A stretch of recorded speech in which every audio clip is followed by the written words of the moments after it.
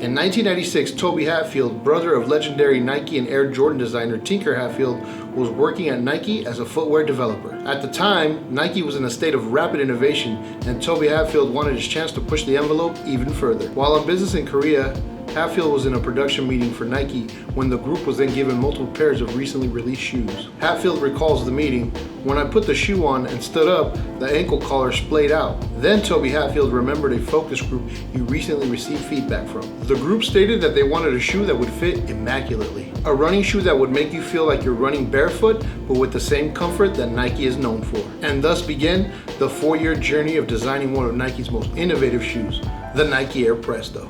The name Presto wouldn't even be attached to the project until the year 2000, but back in 1996, Nike was already experimenting with prototypes for the silhouette. The first prototype was an underwhelming leather and mesh shoe with one standout feature, the V-notch. This hideous feature was intended to promote a better fit around the ankle and solve the spayed-out ankle problem. When the prototype was made, Hatfield was hesitant to test the shoe on himself for fear of receiving unbiased feedback. So naturally, he asked one of his co-workers to try out the shoe instead. But there was one little problem. The prototype was a size 9 and the co-worker wore a size 11. Hatfield was eager for unbiased feedback, and so he didn't mention the size discrepancy and let the co-worker go out for a run. He knew that one of the major concerns coming back from his co-worker would be about the size. But to his surprise, his colleague had nothing to say about it. It turned out that the V-notch created so much flexibility that the shoe formed to the larger size needed to fit his co-worker. Here's what Hatfield had to say about the initial performance test.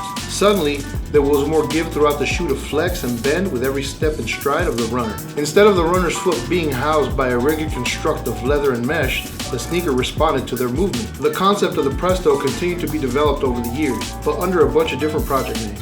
The V-notch finally saw the light of day with the release of the Nike Air Gauntlet in 1998. The seamless interior and mesh upper were perfected in 1999 with the launch of the Air Zoom Drive. But these two elements weren't enough to perfect the Presto. Toby Hatfield and his team needed the right material. There were many questions surrounding the material that would be chosen for the Air Presto we know today. Some of the materials were obviously not going to service the silhouette. Leather was too stiff and heavy, mesh was limited in stretch and applications, the neoprene used on the Nike Air Huarache was designed to trap heat, the opposite of what they wanted for the Presto. None of these materials worked for what the shoe needed. After months of experimenting with different materials, they finally found it: spacer mesh, a material traditionally used in the medical industry that offered the flex and the stretch of neoprene without the heat. With spacer mesh, they could shape it into the sneaker that they wanted. Spacer mesh was stiff enough to maintain the mold, but also stretchable enough so the full V-notch was not required. A rubber cage was installed for structure and a place to thread the laces, and a rubber toe cap was added for protection. Thanks to the spacer mesh,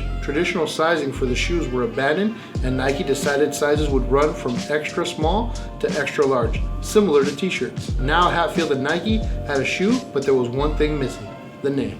Ever since they set out to make the shoe, Hatfield, nor Nike, nor anyone else had a name for the shoe that stuck. It was beginning to be a big problem. So instead of delaying the sneaker release any longer, Nike sifted through their impressive Rolodex of creatives all over the country to help with the name. Out of more than 300 submissions that Nike received, one floated to the surface: Presto Magic.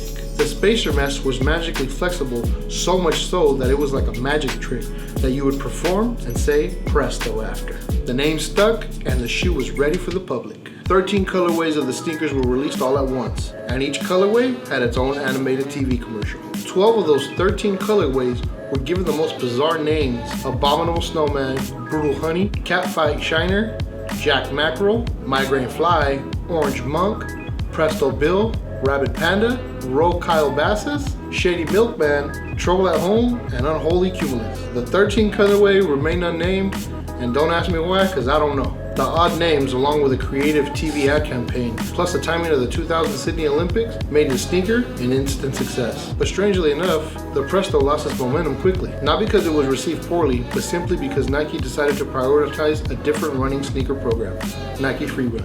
Nike Free Run was basically a direct offshoot from the Presto, and it took a lot of attention away from the shoe. Eventually, the Free program dominated Nike's running sector.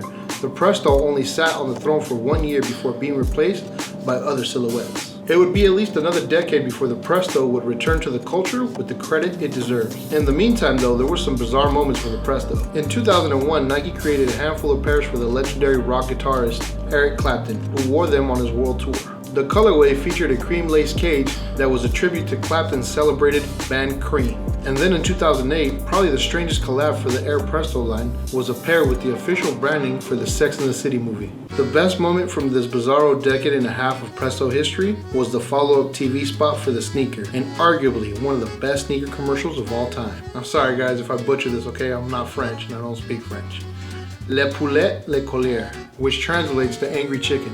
In an attempt to get in on the new French trend of the dangerous sport of parkour, Nike convinced one of the sport's founders, Sebastian Foucan, to be chased around the city by a chicken. The spot is narrated in both French and English and is a must-watch. Here it is in its entirety. Nous sommes quelque part dans le cœur de la cité. Le jeune Sébastien est poursuivi par un poulet en colère. A young man is being chased by Sébastien, a chicken. nous savons que ce poulet The chicken is angry. en colère, et en particulier un poulet intelligent, il est pratiquement impossible de l'éviter, voire de lui échapper. When a chicken in this neighborhood gets angry, it will chase you down. Ils connaissent leur territoire intimement. Ils savent comment se déplacer avec agilité. Donc, comme nous, There goes the young man. jeune Sébastien, c'est difficile de semer le poulet. Look, there he goes. Quelquefois même, il le sait même avant vous. Okay, there is the chicken. Bien sûr, ce n'est pas facile, surtout en courant. No, he cannot fool the chicken.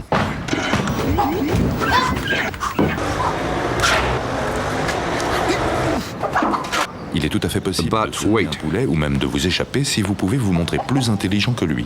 Bien All sûr, right, ce n'est pas facile, he has fooled the chicken. mais c'est possible, oui.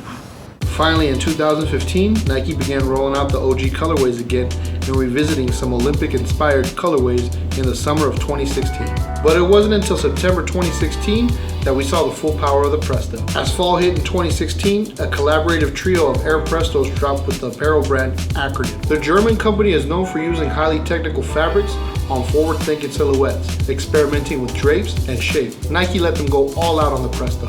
They raised the sneaker to a mid and added a pair of zippers at the heel and completely shifted hyperfuse supports for seemingly aesthetic reasons. The sneaker sold out instantly and continues to this day to demand over $1,000 on the resale market. But the second major hit of the Presto came in the fall of 2017 when they dropped as a part of the Off-White founder Virgil Abloh's The 10 collaborative collection. An incredible design that features an upper that took 4 years to design. The seamless interior reveals the layers of foam that make the spacer mesh work. Everything that Toby Hatfield and his team developed so carefully over 4 years was completely turned on its head. The design is stunning and is damn near perfect. As the fashion world continues to blur the lines between what's a functional running shoe and a street style accessory, the Nike Air Presto has earned itself into the Sneaker Hall of Fame. Its innovative and futuristic look makes it look like it was released yesterday. It's crazy to think that the shoe came out in 2000. The Nike Air Presto was, and still is, ahead of its time. If you're interested in picking up a pair, I've dropped a couple of links in the description below. Leave me a comment, tell me what you guys think, subscribe, we appreciate all the love. So, we just hit 25,000 subs, which is huge to us. We don't do this for the money, we don't do this to, hit 1 million subs. If we do, that's great. But the 25,000 strong that we are now, it feels great, guys. And I wouldn't be anybody if it wasn't for you guys watching these videos. And so we appreciate everything. And I'm hoping to, continue to make these videos. And I just couldn't be, happier, with all the support that I'm getting from you guys. So thanks.